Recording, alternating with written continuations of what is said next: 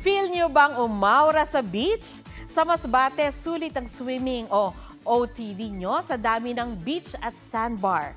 Gita Yorian kasama si Ian Cruz. Masbate, bakit nga ba mas visit?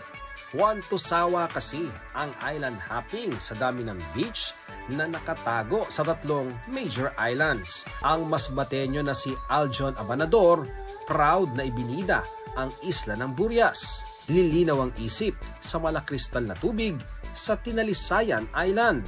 Hindi ka rin mabibitin sa haba ng white sandbar.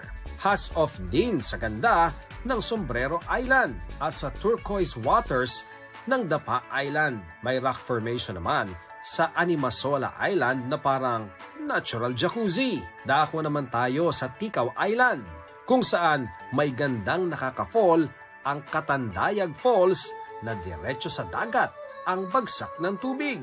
Sa mainland Masbate, may long stretch ng white sand ang Palani Beach. Sa Buntod Reef Marine Sanctuary, iba't ibang species ng fish at corals ang masisilayan kapag nag-snorkeling o diving.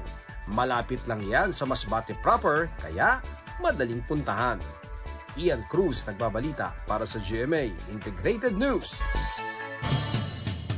Yan po ang State of the Nation.